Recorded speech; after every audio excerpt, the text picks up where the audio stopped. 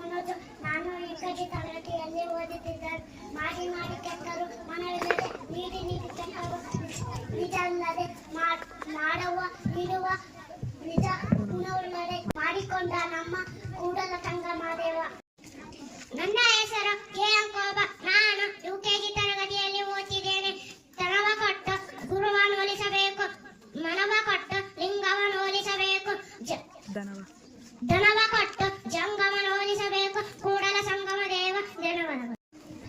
ನನ್ನ ಹೆಸರು ಧ್ರುವ. ನಾನು ಯುಕೆಜಿ ತರಗತಿಯಲ್ಲಿ ಓದುತ್ತಿದ್ದೇನೆ. ತಂದೆ ನೀನು, ತಾಯಿ ನೀನು, ಬಂಧು ನೀನು, ಬಡವ ನೀನು, ನೀನಿಲ್ಲದೆ ಮತ್ತಾರು ಇಲ್ಲಯ್ಯ, ಕೂಡಲ ಸಂಗಮ ದೇವ.